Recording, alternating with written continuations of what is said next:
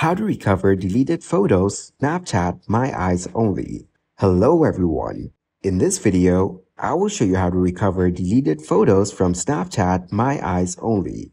Open the Snapchat application on your phone. Tap on your profile icon.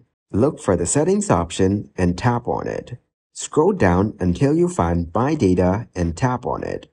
Make sure the toggle next to include your memories and other saved media is turned on. Tap on Next to continue. Choose the data range you want to download. Tap on Submit to start the process. Snapchat is creating a copy of files. This process can take a long time, possibly hours or days to complete. You will receive an email when your export is ready. Thank you guys for watching this video. Hope you got some value. Make sure to like the video and subscribe to the channel to get notified of new videos. See you in the next one.